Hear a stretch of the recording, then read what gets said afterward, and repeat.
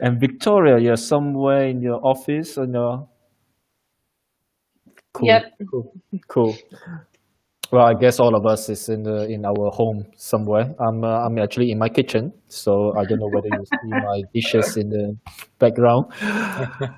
Well, Just cabinets. I like the one with Mac. It's that I don't know. Your camera seems to dim the light when you are in front, and it seems to. Is it a special camera for? Just a webcam. It's just like a HD webcam. Whatever it's doing on its own. It's doing great. Yeah. But you have the ring light, right? Sorry? You have the ring light on, though? Actually, I don't have. I tried the ring light yesterday and it was cool, but it looked a little weird. This is just out like this is just all. Oh, you're kind of yeah. Because it really focuses on your face because I think the light, and then when you step back, it doesn't focus the same way because. Nah. No, it's just stuff. It's all of his classes, you know. I am wondering how much of this is just going to become standard. Even when we can go back into the world, dude, I just need to have a dedicated Zoom talk setup for the rest of my life. I don't know. Okay, great. Guys, I think the time is right to start the session. So I'm going to, as the people are streaming in from the other session, I'm going to introduce all of you. So the panel discussion today is the new normal or just a phase, enduring changes or just a required transient adaptation. Today we have our moderator, Bailey Allen, the founder of Zigzag Research, our panelists, Max Smith from Google, Anton Popov from McDonald's, and Victoria Sosik from Verizon. So Bailey, please take it away. Thanks so much, Jasper. It's great to be here. I always love being at MRMW, whether we're virtual or in person. So clearly this topic is honestly quite timely considering the fact that we are still virtual. Today, we're going to be talking about really the pandemic and how when it hit the U.S., millions of workers honestly began working from home, right? All of us were impacted. It was an unprecedented time.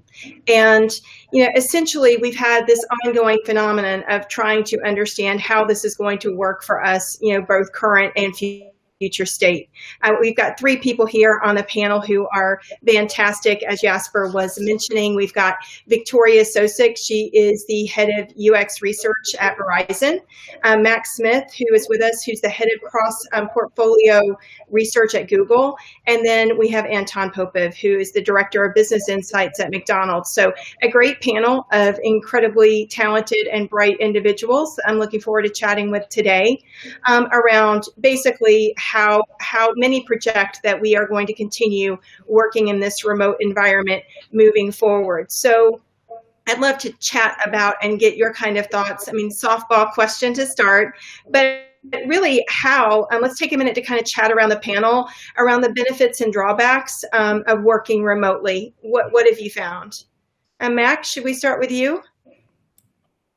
Sure. I think one of the biggest benefits is by making a lot of the research even more remote than it was already. I've actually been able to increase some of my stakeholders' interactions with the work. If we were to zoom back 10 years out, we need to get people in the same room or get them to a lab or get them out into the field.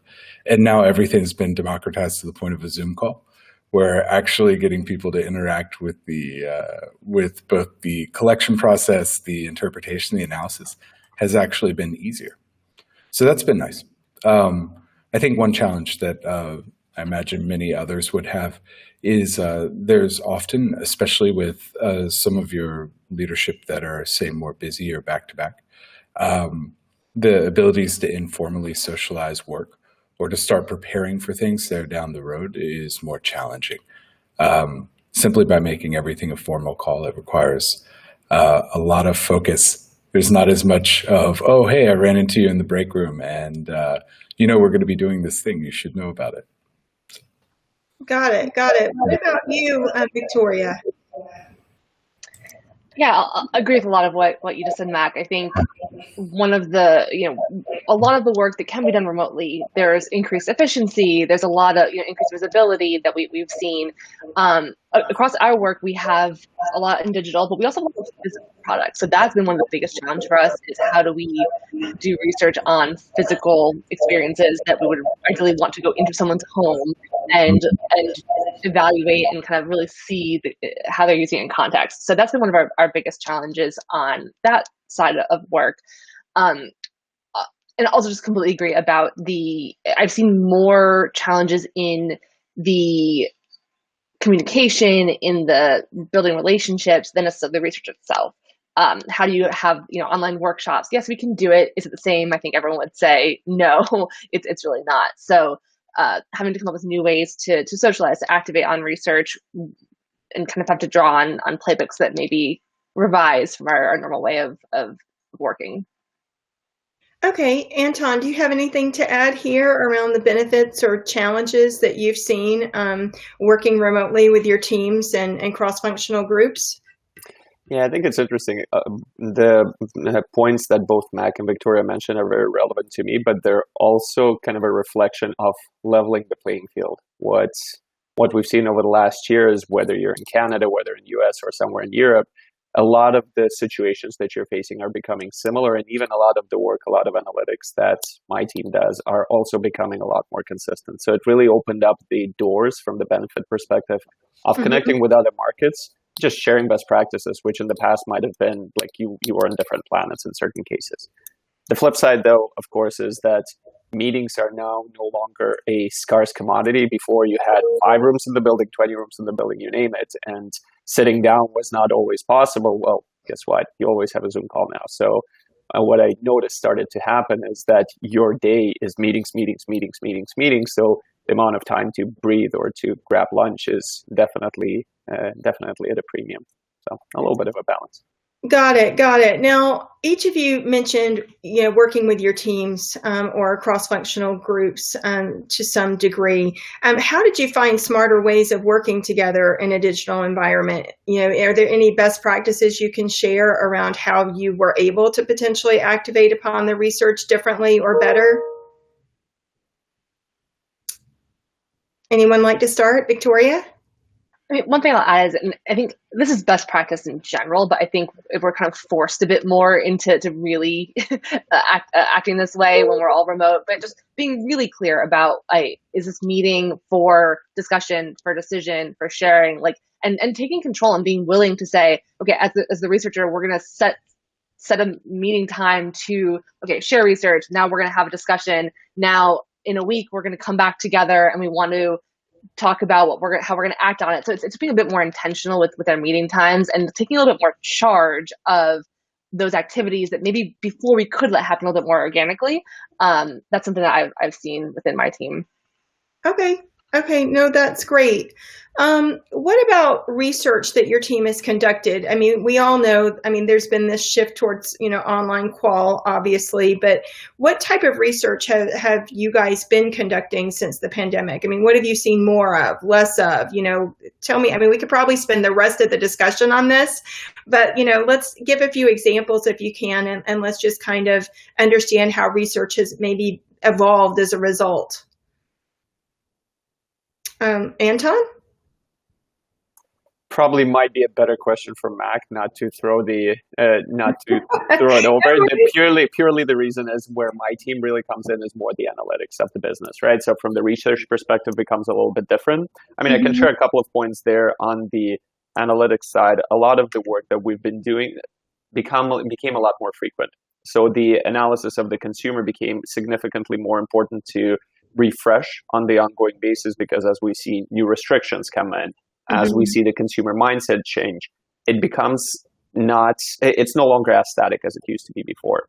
Consumer fatigue is starting to settle in, and that's impacting the consumer behavior, at least from the Canada perspective, quite significantly. So what we thought would happen over the course of the next half a year, 2 months ago, is no longer the case. And it's infuriating in certain cases. It's very disruptive in certain cases, as you're already building out a plan ahead, and it's no longer fully applicable. But it's also very invigorating in a way. I mean, it ensures that you're always keeping a finger on the pulse and making sure you refresh what the consumers are really thinking. And it's been dynamic. Totally. I'll riff off of that. As background, a lot of my research team, it's a mix of user researchers, data scientists, and market researchers. And I'd say prior to the pandemic, there was a little more researchers staying within their own lanes, per se, both in terms of technical discipline and how each of their work overlapped. And one of the big challenges is pandemic. You're not getting out of the building. It's actually required more collaboration and more overlap between disciplines. So for instance, if some of my quantitative researchers are figuring out the how and what of how customers have changed in terms of their behavior, they're now having to actually partner very closely with some of our qualitative researchers on what's the why and how do we drill into this. And that was already happening before. I've just seen it accelerate more over the past year, where simply by having some of that customer interaction removed, the kind of direct interaction, it's led to more of like, oh, how do I get more information to contextualize the work that I'm doing right now? Okay. And Victoria, what about you? Yeah, I'll say it's interesting reflecting on this topic because I feel like more has stayed the same perhaps than has actually changed. It's a totally different context, right? There's many other things to be considering and contextualizing in our work. And if you want to do research on whether or not someone's interested in a certain product, you need to layer on everything that's going on in the world, as we would anyway, right? It's just a different set of things to layer on. So that's how I think it's been coming from my perspective, is a lot of the same. It's just the types of context that we need to be considering are obviously different and foreign to many of us. Now a year in, we're more comfortable with it. But at the very beginning, there was a lot of like, what does this mean, right?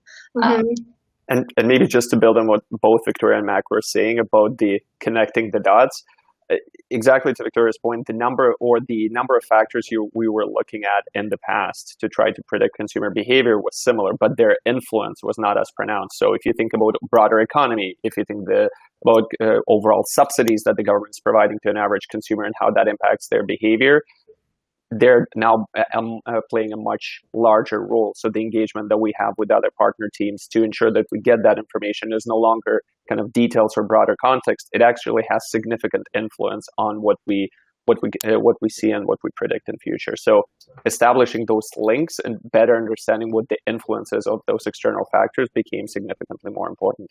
I can't really see it coming down anytime soon. Well, that leads me into the next question that I have, is really around, like, I've never been busier. I mean, there's just such a great demand. I mean, I feel incredibly fortunate, honestly, for that. Have you guys seen a shift toward a greater demand towards research? I mean, during the last year, I mean, do you think that demand will potentially continue? Or, I mean, what have you witnessed? Mac?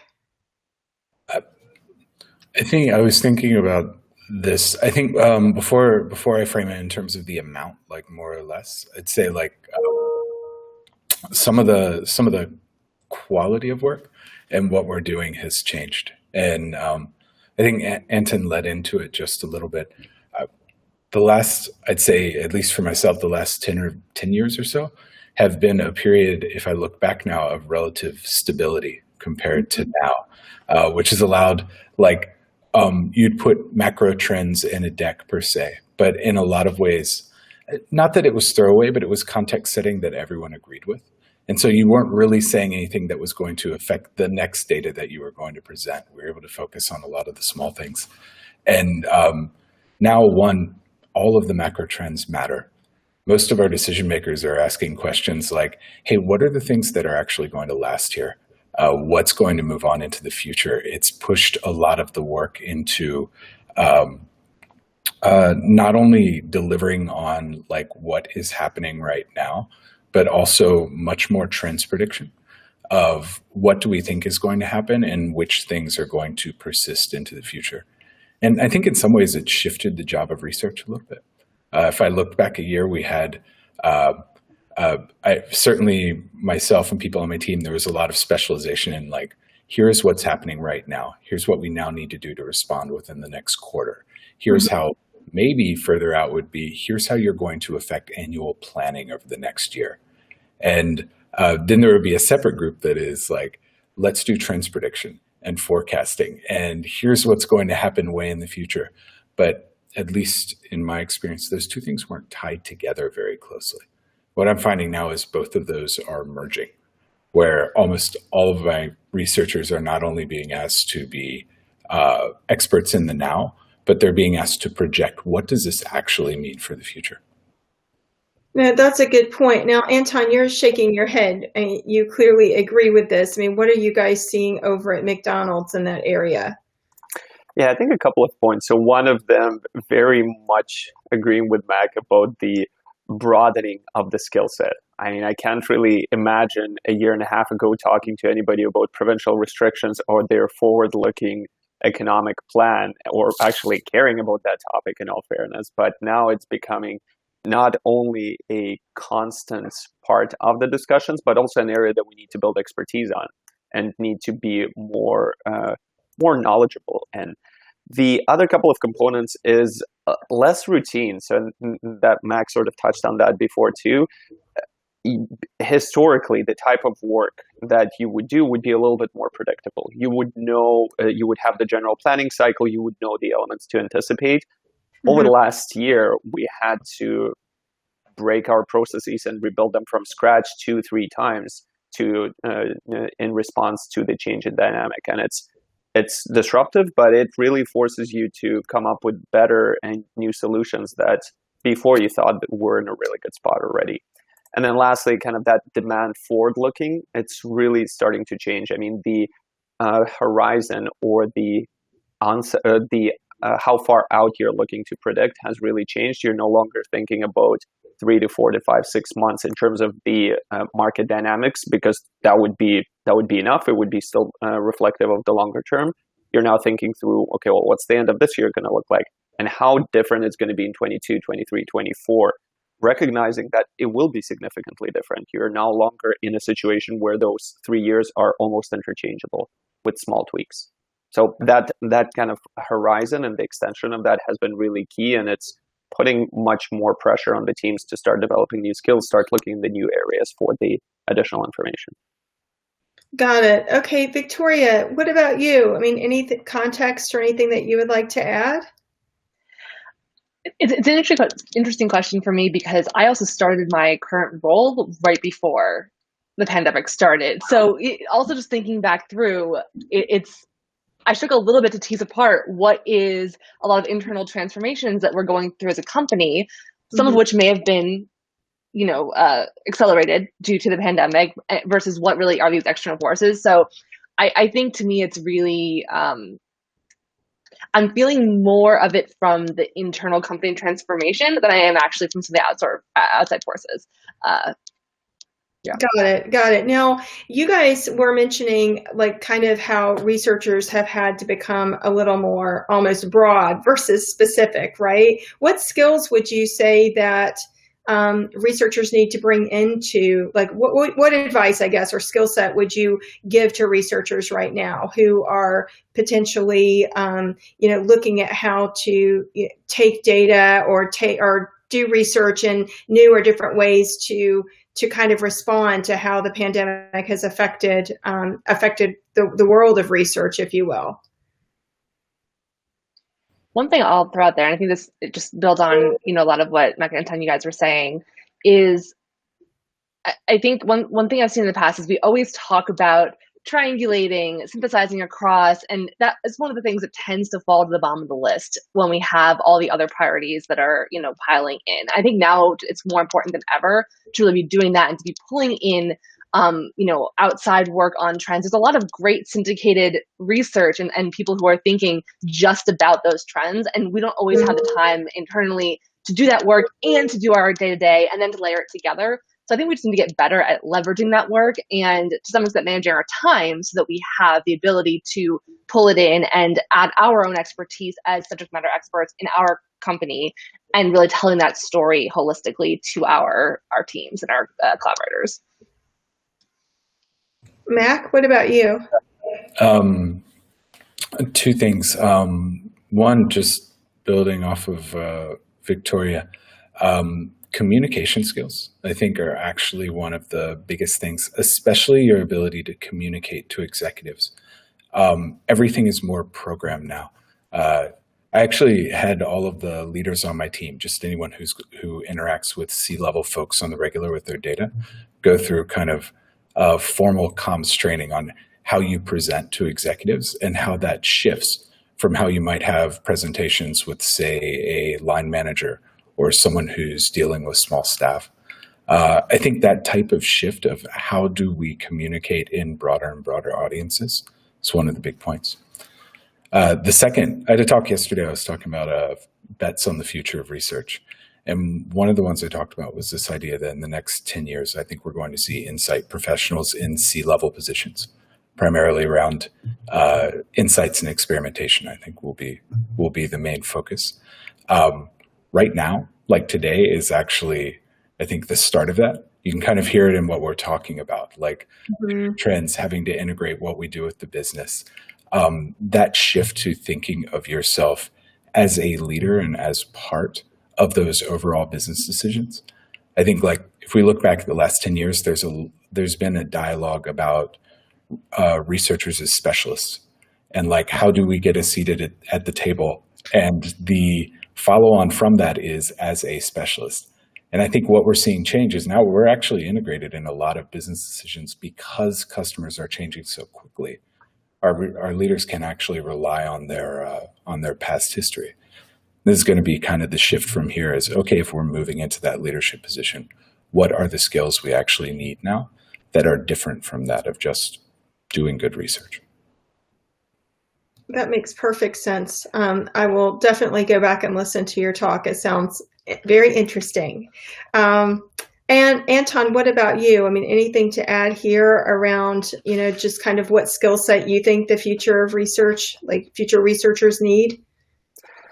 A couple of things. I think one of them is broadening the horizon even beyond the market, even beyond what we just spoke about in terms of connecting the multiple dots, which I think is still 100% key, but you do have almost the world is your oyster at the moment. There are so many more synergies and insights to pick from the other markets that were not necessarily as available yesterday. And that kind of goes back to the point I made earlier in the discussion, that's starting to develop or potentially expand, whether it's the network, whether it's also the range of sources to start looking in the other markets, I think is key, because I can't really imagine us going back to each country being dramatically different as it has been in the past. The other component, I think, is maybe less specific even to research, but more overall ways of working. One piece that I noticed that has really been key in engagement from the cross-functional team perspective is different kinds of meetings. So you've got your big meetings, that's the engagement, that's the ensuring that you're getting the group alignment. But the smaller touch bases where you have a quick one-on-one call for 3-5 minutes, that piece had really had to develop over the course of the year. It hasn't necessarily been a practice, and in fact, initially it was quite disruptive to the different team members. Bringing that into your arsenal to ensure that you'd establish those day-to-day quick touch bases with the different stakeholders significantly elevated the partnership and ensured you kind of replace your quick hallway chat with a quick hallway Zoom call, which, it's not necessarily intuitive to jump to that right away. So building in those best practices or ensuring that you're trying to replace the elements that we physically miss, at least somehow virtually, I think is key, because otherwise you're truly missing a research limb, if that makes sense. Probably not necessarily the right way to put it, but you know what I mean. I think I get where you're going. I mean, all of you touched, at some more than others on kind of the elevation of research and like the demand or the need. Do you feel like your companies, I'm not trying to throw a company under the bus here either. I'm just curious about as the demand for research changes and increases and changes in perspective, do you feel like your companies were more proactive or reactive, or how, like, to research needs? Like, I guess, let me actually rephrase that. I'm sorry, because I'm trying to think this through in terms of, do you believe that research now is more intentional? Are we elevating our research? And is it, I mean, as Max says, are we potentially going to have a seat at that C-suite table as researchers? Usually, you were tapped into when you knew you had a problem, right? In the past, it was kind of more around, I need an answer to this and I needed it yesterday, but I'm now, coming to you with it. I mean, do you feel as though we are becoming more intentional in our research process, our thoughts? I mean, the research in general is being elevated to an entirely different position as a result of the pandemic? I'll say I feel like this was already happening, right? Okay. And maybe a case of, and it's going to be different in different places, right? I've been in the past, 5 years, I've been in two very different places, companies, contexts, and I've seen the same trajectory. People are different places on it, but I think what this, again, what the pandemic did to some extent was, as you said, accelerate it, right? Mm-hmm. It gave people a real concrete problem that they needed to react to. So again, I'll say I don't think it's a new thing that the pandemic created. I think we were already doing this as a profession, and it gave us a little bit of a boost, and kind of pushed that to the table a little quicker, maybe. That's great. That's a great perspective. Mac and Tom, would you agree with that statement? You have anything to add there? I fully agree. The one piece that I think maybe is a combination of what Victoria and Mac were saying is, not only is insights and analytics becoming part or kind of getting a seat at the table, but also some of the senior executive group today are already trying to expand their skill set in that area very quickly, because these topics are key to our planning. Historically, it has been context. Today, it's not just context, it's the driving factor behind our plans for future. So they're building up their skill set, and the engagement and the discussions that we're having with the senior leaders are no longer us informing them. It's more of a two-way conversation with their knowledge starting to build up in the areas that we're discussing. Yeah, I think we are really, like, one of the effects of this is we're going to be moving into an age of really decision makers that are really connected with customers. You map that as well with the trend. It's become actually really easy to talk directly with customers. I mean, you see how many panels we have that offer like instant video streaming. We've actually had, how would I put this? Different initiatives that were designed to get our executives interacting directly with customers. And I expect we're just going to see more of that in the future, like those kind of connected decision makers, connected executives, where we're partners in that, rather than perhaps the older term model of being kind of the arbiter of the data, or the one who's like, okay, I'm going to go out and talk to some people, and then I'm going to come tell you about what it was like talking to those people. I think some of that line's going to blur as you start getting executives that are much more connected with customers and also more adept with customer data. Yeah, that's a great point. Now, speaking of customers, how would you say that customer mindsets or behavior has shifted in your specific space, during the last year? Anyone? Victoria or Matt? Go ahead. I can start out by time. I think one of the big shifts is we're just seeing a lot of traditional behavior, especially around commerce, but across many spaces, shift to online. Like, one of the great public examples is grocery shopping, right? Like, there's a whole industry that's just kind of shifted, and there's a bunch of questions there of like, okay, is that coming back? Or have we now just moved to a world where many of our consumer goods are going to show up at our houses? To Victoria's point, this is like, there were a lot of things that felt like niche trends, or almost like Silicon Valley things where only the most connected, most early adopters are doing it. And now that's just part of how we work. And that's been the biggest change I've seen, is a lot of offline behavior shifting to online, which has led to a lot of at least a lot of I work in search, a lot of those companies benefiting from increased online engagement. Yeah, I agree. And just building on that, I think one of the biggest areas that we jumped into, pandemic related, was retail, right? And what does the experience now look like when all of your stores are suddenly shut down for X number of days, months? So there's definitely a lot of that shift. I think there's the flip side of that, of how do we also make sure to try to still provide the human component, that interaction, when we are pushing things to digital. So I see both the how do we accomplish those needs in a digital space, and then also how do we try to bring in some elements of what people look forward to and wanted from in-person interaction into the digital, and balance those two out, really. Anton, what about for you? I mean, you're less right there in the trenches with it, but I mean, do you have anything to add? Yeah, absolutely. I mean, when it comes to McDonald's, of course, there's definitely growth when it comes to indirect channels. So when you think about digital, when you think about delivery, that's broader industry trends.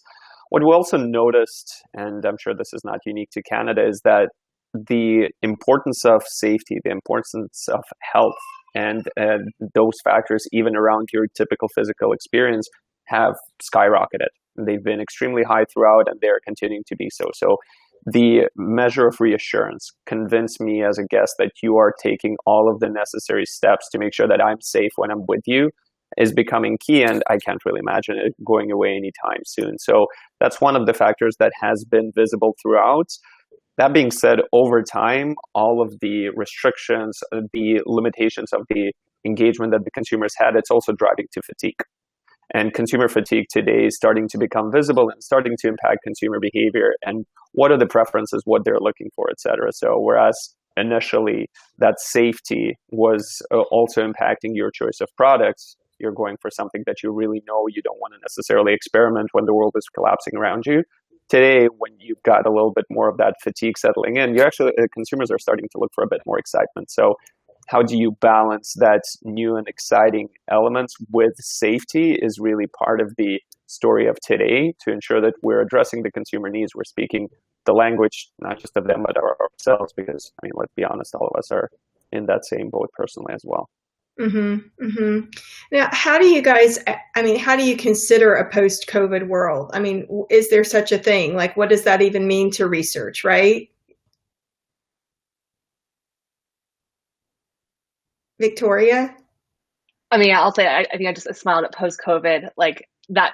I can't really wrap my head around that concept personally, right? Because I think, will some things shift back, or, partially back to where they were? Yes.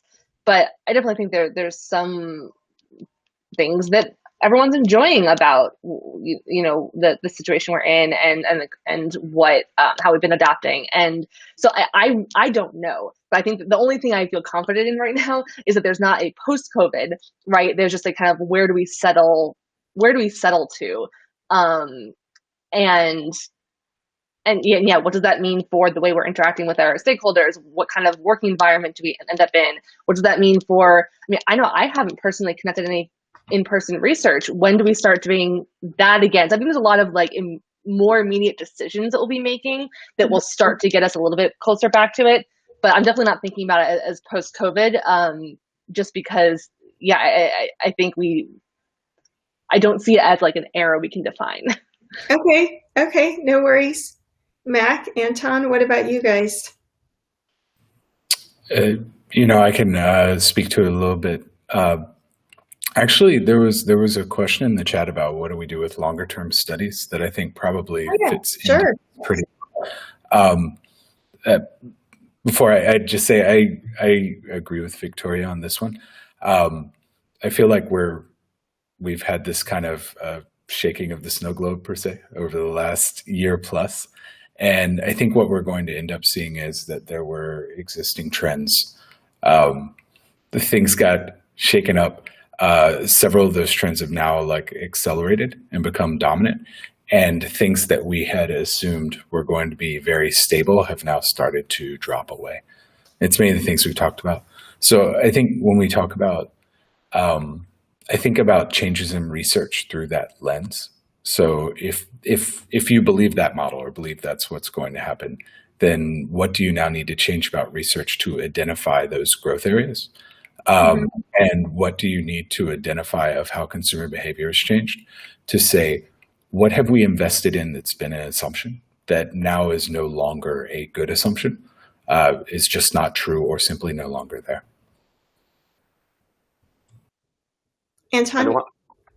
Yeah, the one piece I would add. So first of all, kind of the post-COVID, I think it's been a moving goalpost. I mean, honestly, if you spoke to me half a year ago, we were talking about post-COVID for, I don't know, summer of this year. Let's be honest, not going to happen. When that's going to happen is also TBD. But the reason why that's important is the longer the post-COVID doesn't happen, the more entrenched some of these habits become and the more regular they become. So all of a sudden, you don't have post-COVID, you just have the next stage, whatever that is. And in my mind, one of the pieces where it's going to be most prominent is in-person engagement, retail engagement, etc. I mean, today, the guests are a lot more used to engaging with brands, whether remotely, whether indirectly, in our case, in a lot of the cases through a drive-through, as an example for McDonald's. And I think as we're thinking about consumers starting to engage with brands in the former way, going to the restaurant physically, starting to go to the store physically, etc., the expectations will be different. I don't think that the consumers are going to be viewing the experience the same way and just going back to normal. It's almost a new skill that they're going to be developing, that we're all going to be developing. And thus our needs in that experience are going to be new. I'm going to be looking for something very different tomorrow when I go to the restaurant than when I was a couple of years ago. And that's going to be driving a lot more evolution. So it's not us going back to pre-COVID. It's us truly going into the new phase or new environment with new needs, and the consumers evolving those needs along the way. It's going to be very interesting to see how they do that, though. Just building on that, just real quick, I think very tactically speaking, I think it does show the need for more just taking the pulse on certain topics. And if we can identify some of these areas where we've seen shifts and that we think may either settle in or return back to normal, and then just building that into our programs. So we're kind of proactively trying to get a sense of, okay, where are attitudes and needs in this space? Have they settled out? Have they not? Because we're going to layer that onto our other research and to identify when's that going to, when we need to kick off another generative study on something that we thought we knew. And just kind of back then to that question about longer term work. I mean, personally, I'm not thinking about waiting, right? Because we don't, to the point earlier, like the goalpost has moved so many times already. I don't think it necessarily exists. So I think we need to do it, but we just need to be very open to the idea of contextualizing and refreshing more frequently than we may have done in the past. No, absolutely. I'm actually seeing that similar shift where a lot of the research, a lot of my clients are moving more towards tracking work, like you're saying, more pulse research than ad hoc initiatives. I mean, they're both important, but, I have seen that shift within the last year. So we have got a handful of different questions in the chat. We have a few. We've got someone who is just clamoring to ask some questions. So let's see. Jasper, can you help bring them in live? Got somewhat, let's see. Let me try. Perfect, thank you. Yes, Baina. Let's bring in Baina for the question. There you go. Hi, Baina. Hello. Good morning or good afternoon. I'm actually from India, so it's actually good night for me. But I'll be quick. It was a really interesting discussion, and I think the only way to answer this is by looking at the crystal ball, because none of us actually have an idea of how things are going to pan out in the coming months. And if you look at India, the things are turning for the worse over the last couple of months. So I was just trying to understand in terms of, a lot of the long-term studies that we tend to do, like the usage and attitude studies or the habits and practices. Typically, we do this keeping in mind that, the learnings that we get from this, we would, use these, programs or whatever and insights for a longer period of time. But like Victoria mentioned, I mean, we can't keep holding it off, and we have to do it, and probably do it for at this point of time. How do we go about doing this? Because knowing things are going to change, and there is going to be a new normal, which means we'll have to do the whole thing all over again in the short term. So I mean, short or long term, I don't know how long that will be. So any tips or recommendations on that will be great. Who would like to start us off? I can start off. I had a couple of thoughts as you were talking. One of them was a paper, I think it was actually from Gartner, that talked about this idea of if we look over history at how different cohorts have changed, especially during times of like great change. There tend to be predictors both by age groups and also by how those large macroeconomic shifts have changed specific age groups. So if we were talking, certainly there's a crystal ball and prognostication point to this. But we can actually look a bit at the past during other times of major shifts, whether it was times of war or previous pandemics, and say, okay, what are the things that are comparable or were true even 100 years ago or 50 years ago? And how did those cohorts change? What can we take from there and actually say, all right, this seems like it may be applicable to today? I think we are in a period of time where looking some to the past and saying, what are things that have remained to be true may be helpful, especially when we start thinking about different segments and different demographics. Maybe to build on that from my perspective, which is maybe a little bit less research focused, but more on planning and strategy focused, the goalposts are moving, and the situation in terms of the markets and the restrictions, the increase in third wave, et cetera, they're definitely going to be happening, and predicting that specifically is very tricky. That being said, it's stages. We're likely going to go through a stage of, let's say, a third wave or potentially a fourth wave, depending on the market. There will also be a time of relative stability following that. So as we're approaching the business planning on our end, we're planning it and building it out in stages as well. Now, depending on how the market evolves, we can turn on and move to the next stage in our plan at a different time, and we build in that agility. But at least we're developing the approach in those stages. So the research that you guys are doing as well is also ensuring that we're informing those stages. Timing is difficult, and we don't have a crystal ball, and I don't think it's a really good use of time to try to say that May 25th, all of a sudden things are going to go to normal. But we know that it's going to happen at some stage, and as long as we know that it's going to be over the next year, et cetera, then it becomes a little bit more predictive, and we're not just sitting here waiting for the market to evolve for us to build a strategy accordingly. And within the context of a specific study, I mean, it may be helpful to think about just like pre-identifying what are some signals that you think would kind of cue to you that you're on to that next stage and that you need to take that next step, even if we can't predict when it's going to be. Just getting, preparing yourself to recognize it when it comes. It's trying to get a little bit of take a little bit of the crystal ball out of it, and at least give yourself those, noticeable signals so that you're not caught off guard. Did they answer your questions, Bina? You're on. There you go. Okay, awesome. Anything else? Oh, no, I'm good. Thanks. Okay, fabulous. We had anyone else who would like to come in live, if you could just let us know in the chat. Otherwise, we had a question around, and I think we answered this to a certain degree, but like when we think that online or in-person research will occur. I'm going to phrase that a little differently in terms of, have any of you started like in-person research recently, or do you have plans to do so in the near future? I have plans to make plans. Okay, that's fair. Anybody else? Does anyone have a different response? No. So much of right now is about how can we get better with remote testing. what can we leverage? Like, what are the unique strengths of that platform? Mhm. So if we're going to be constrained within it, this is kind of a good time to stretch how far the effectiveness is of that. So at some point, if we can go into people's homes again, being able to complement that with the methods that we have available today is just, it's a really promising avenue. Absolutely. So not yet. We're building up the other skills.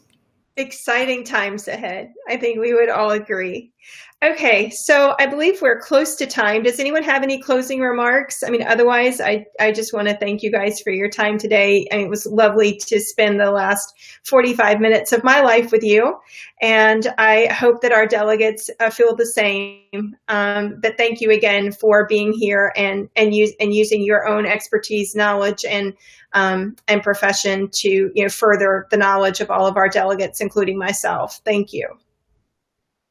Thank you. Great. Thank you, Bailey, for the moderation. Thank you, Mac. Thank you, Anton. Thank you, Victoria, for all your contribution, and to our delegates who are asking the questions. So thank you very much. Thank you for the time. Thanks, Jasper. Bye, Bye, guys. guys.